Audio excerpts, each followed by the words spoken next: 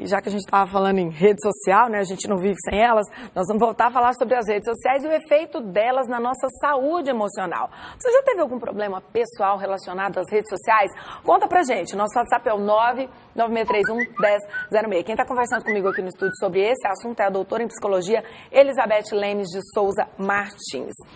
Doutora Elizabeth, uma coisa que a gente observa nas redes sociais, vamos colocar no detalhe do Instagram, que a gente estava falando agora há pouco, que a partir de hoje está em teste no Brasil a questão da ocultação das curtidas, né?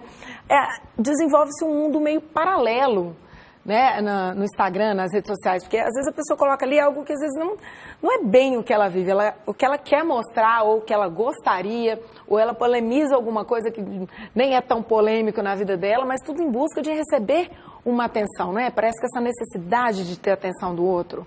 Isso, nesse mundo assim, moderno, que a gente chama ele de mundo VICA no Brasil, né, que é um mundo volátil, incerto, complexo, ambíguo e ambivalente, ele vai provocando as pessoas a deixar de se valorizar.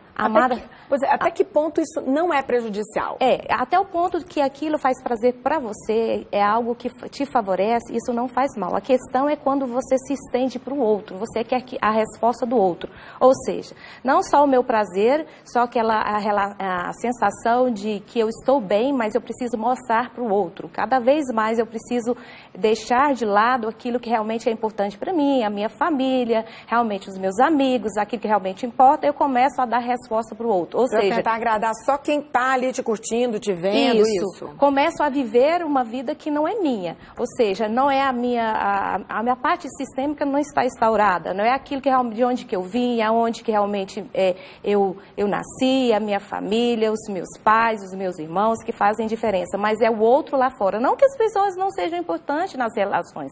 A questão é quando eu quero respostas rápidas e que elas sejam para mim. Ou seja, eu não quero só receber a curtida, eu quero receber a curtida, eu quero ver que as pessoas, mostrar para as pessoas que eu recebi a curtida e também que eu não receba poucas curtidas, sejam muitas curtidas. Então, acho que o Instagram, de certa maneira, agora vai nos favorecer no sentido de amenizar a questão da competição e que traz essa ansiedade, até a depressão das pessoas nesse mundo moderno. Pois é, porque por falar nesses problemas que a gente vê aí, né, do nosso emocional e da questão psicológica, né, dessa depressão digital, a gente viu essa semana passada, o Whindersson Nunes, né, o influencer que é um dos mais famosos, né, do Brasil e famoso no mundo, inclusive, falou a respeito da questão dele, da depressão. Ele é tão famoso e, no entanto, estava com a síndrome de burnout, que fala? Burnout? É síndrome de burnout. Burnout, né, que é esse excesso de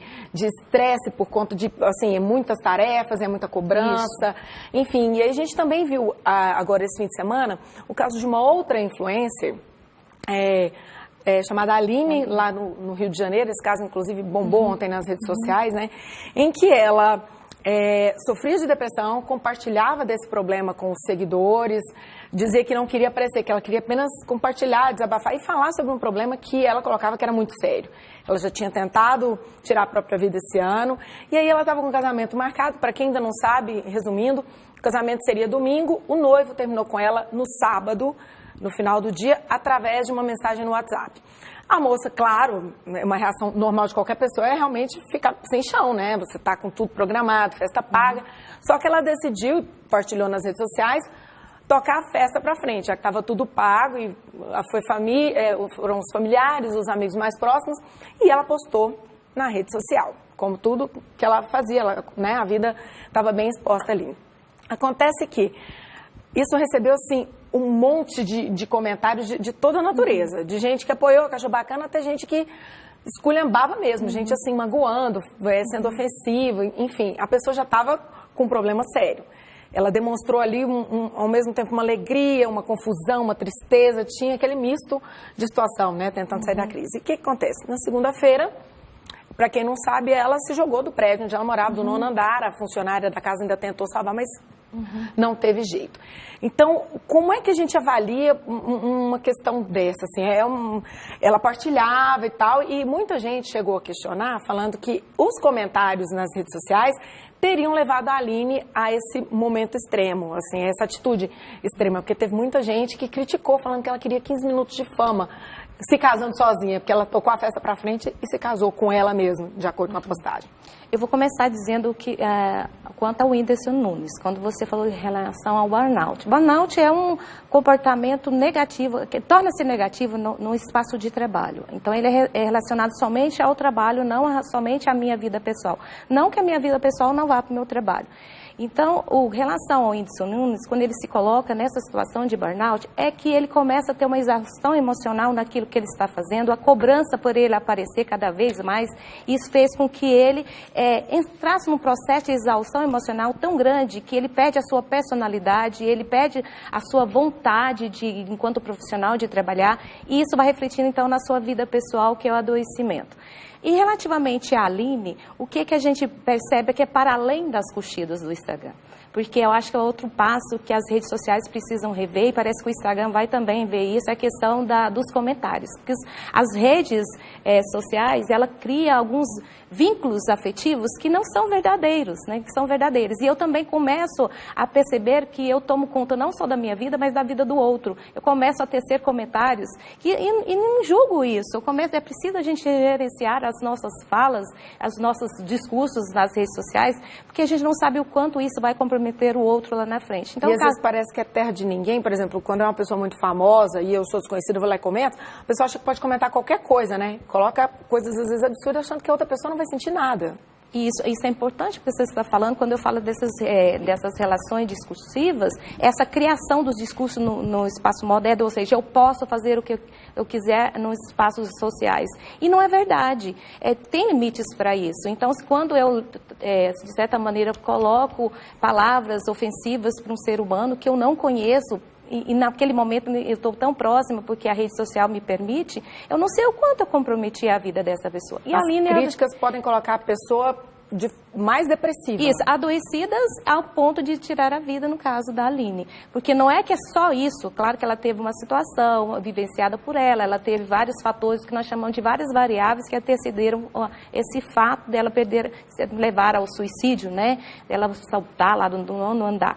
Claro que isso foi várias interferências, mas, na verdade, eu acho que o ponto culminante disso é, assim, o excesso de visualização, o excesso de relação com o outro e a valorização do que o outro diz sobre mim. Então, é preciso rever. É preciso, então, agora, a gente, enquanto seres humanos, enquanto educadores, né, que somos, rever as nossas posturas em relação àquilo que a gente escreve, em relação àquilo que a gente fala, especialmente nas redes sociais, que o acesso é mais rápido. E quais os sinais de que uma pessoa pode estar entrando aí numa situação crítica dessa, nas redes sociais? O que a gente pode estar observando? Eu penso em relação, vamos dizer, ao Whindersson Nunes. Vamos pensar sobre ele, já que você o citou. Ele entrou no processo, então, de síndrome de burnout a partir do momento que ele se propôs para além daquilo que ele estava dando conta. Então, é preciso a pessoa gerenciar, ou se ela não consegue se auto-perceber, algum profissional, alguém perto dela que tem essa facilidade, comece a fazer essas observações e toma as iniciativas de dizer, olha, você precisa rever os seus comportamentos, os seus excessos, porque é bom. Tem gente que se sente bem fazendo uma postagem, tem gente que se sente bem fazendo 10 postagens no dia na rede social. Vai depender de você, a sua relação com isso. E tem gente que não sente a vontade de postar nenhuma vez. Então, acho que é isso. É autoconhecimento, fazer a minha competência adaptativa para aquele processo. E eu vi um dos telespectadores falando da questão do contexto. Realmente, o contexto favorece bastante. O contexto, quando ele é de pressão, ele é de você alcançar resultado. O Whindersson Nunes, por exemplo, é para ele cada vez mais inventar histórias engraçadas. Será que todos os dias eu sou engraçada? Será que todos os dias eu estou com vontade de fazer assim? Ele foi se cobrando de tal maneira até se adoecer. E como isso passou, isso é o trabalho dele, é justamente essa exposição e está fazendo as pessoas sorrirem, enfim, acabou que misturou e ficou difícil. Porque... Isso. É importante, então, enquanto ser humano, saber aquilo que eu sou, a importância daquilo para mim, ou seja, a sensação que a gente chama de leis do amor. Como eu me amo. E que isso é isso de forma científica? É como eu me sinto pertencido, como eu olho para a minha história, de onde vim, qual é a minha família, o que é importante para mim, em termos também de hierarquia. O que vem primeiro? É o outro ou sou eu? É a minha família ou quem está perto de mim? A questão do equilíbrio também. Eu não preciso doar demais. Eu tenho que doar aquilo que é necessário. Às vezes a gente fica doando demais às pessoas que não querem nem ver. E eu quero que ela faça uma curtida e ela nem quer curtir. Ontem foi, inclusive, muito discutido nas redes sociais por conta do caso da Aline, a forma, porque até o momento em que ela cometeu o suicídio, tinham muitas mensagens, assim, de críticas pesadíssimas contra ela. A partir do momento em que ela foi vítima, né, em que ela morreu e que ficou toda aquela situação, e que muitas pessoas foram em defesa dela porque ela tinha um problema, né, estava doente com depressão, muita gente foi lá apagar os comentários maldosos, de crítica, ofensivos, porque teve gente, inclusive, falando que iria denunciar.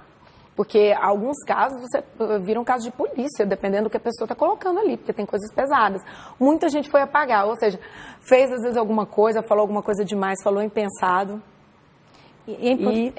É tão importante essa sua fala, porque essa preocupação do que a gente está colocando para as pessoas, o que eu estou escrevendo, o que eu estou falando, porque nós temos a Aline, que era uma influencial, né, digital, de certa forma. Mas e quantas pessoas que não são reconhecidas, e quantas pessoas que adoecem e não são reconhecidas na sociedade, especialmente as nossas crianças e jovens que não sabem gerenciar isso? Acho que é importante nós, enquanto profissionais, e nós como conhecedores do comportamento, que a gente faça trabalhos nesse sentido. Por isso que eu falei lá no início, da minha preocupação de dizer que eu não venho não só como uma estudiosa do comportamento humano, mas como também uma professora de professores da educação básica.